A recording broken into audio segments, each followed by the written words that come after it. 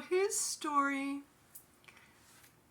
in Pascal's lifetime, the Spanish Empire in the New World was at the height of its power, though France and England were soon to reduce its influence.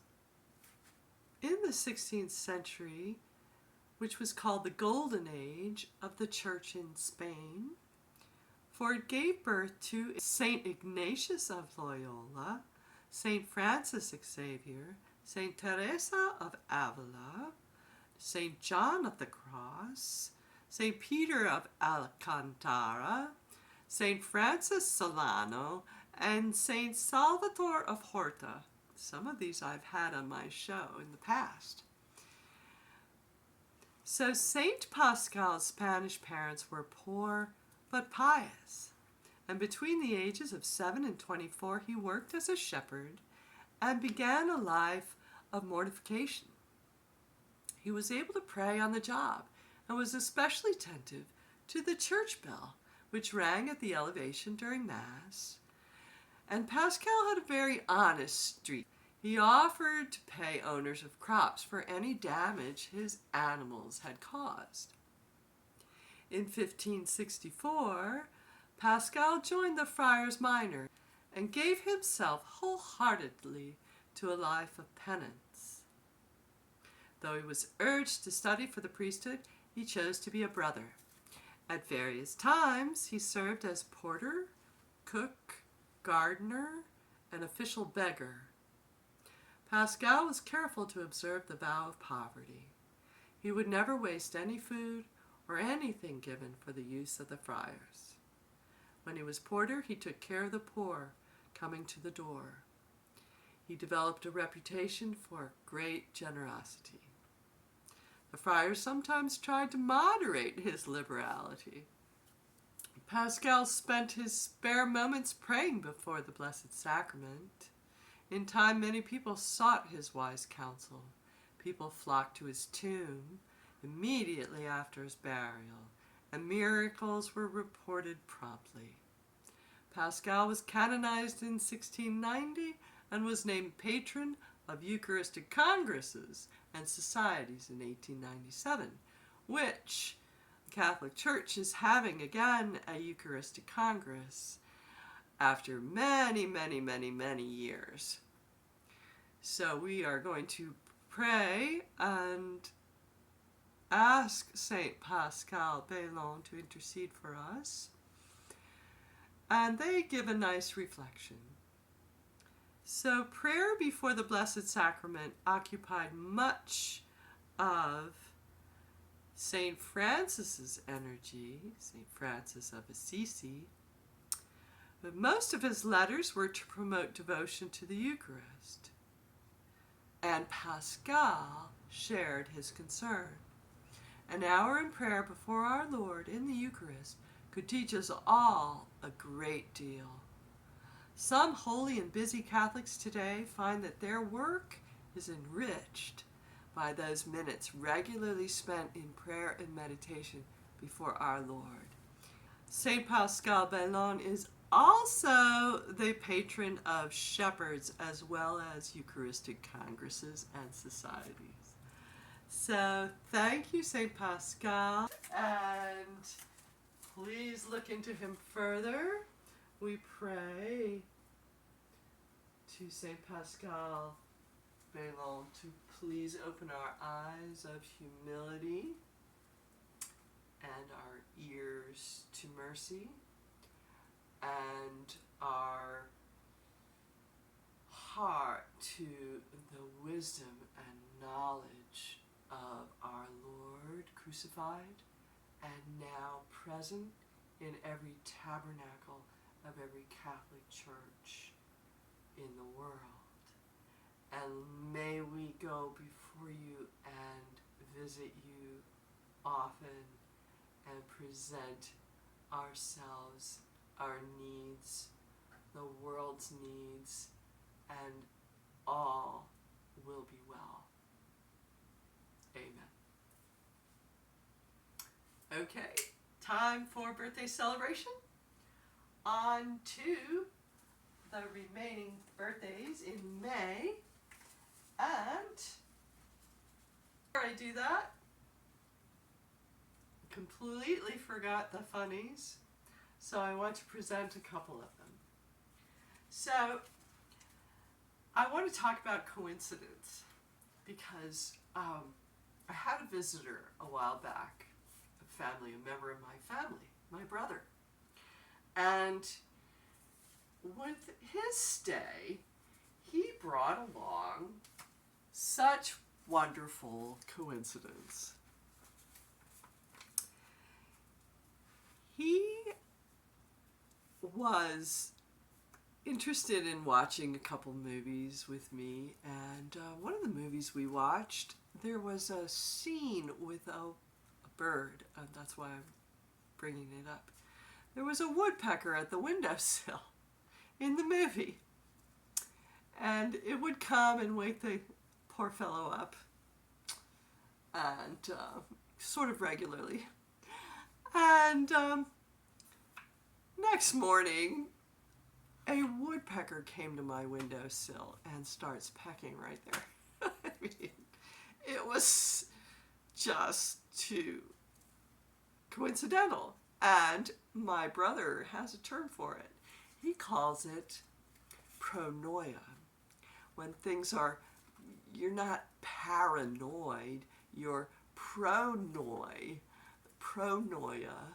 where things are really working in your favor. So we watched one movie, we watched West Side Story, a newer remake of it. And the next day, I sold a pair of shoes on eBay to a gal in Puerto Rico. It was just uncanny. The next, we were talking about his travels, and he was talking about how he's going to perhaps go visit New Orleans. And next morning, I had a sale to a lady in New Orleans of some depression glass, green cups and saucers. The next day, he talks about how he's going to travel to California. And pronoia, I sold a dress to a gal in California. Shipped it right out, and I said, hey, bro, you can come visit me anytime and bring your little blessings. So, that's my funnies for you. This show, I usually open up with them, so I'm sorry, but we have to keep it funny throughout, right? But we have some birthdays to celebrate the last half of May. And I made a cranberry bread with pecans, and I have a little heart-shaped dollop of cream cheese on top. And we are going to light that up and read off May 19th, starting with through the 31st. So, happy birthday to, on the 19th, Martha, Joel, and Jeff. On the 20th, I have Bob. On the 21st, I have Mary, Erlinda, and Hank. On the 22nd, Randy. On the 23rd, Marianne and Rick. On the 24th, I have Denise, Lucy, Kaylin, and Jamie. On the 26th, I have Estelle. On the 27th, I have Indigo and Todd. On the 28th, I have Lori and Tim and Jeff, David, and Barry. On the 29th, I have Becky and Will.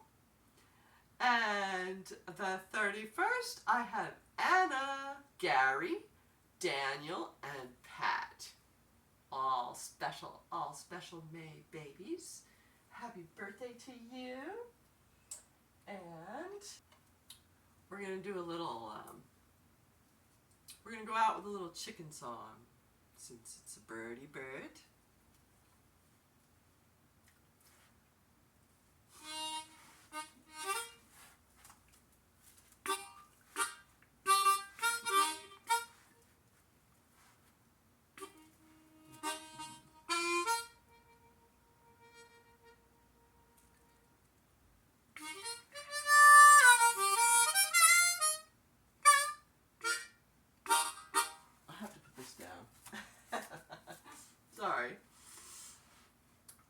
see, can you see it? No, you can't see it. How about over here? Yeah, you can see it over here. Next to the swan. And the other little birdie bird that we're going to talk about next time.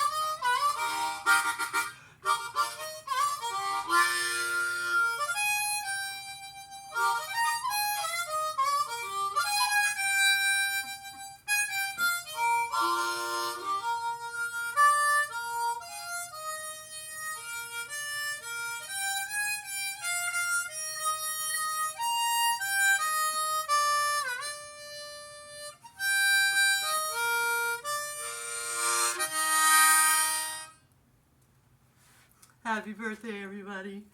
And remember to like and share. Love it and share it. And really, if you see something, go for it.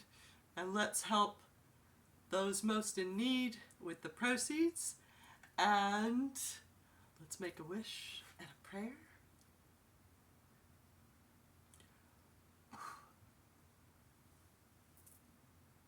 Bye now.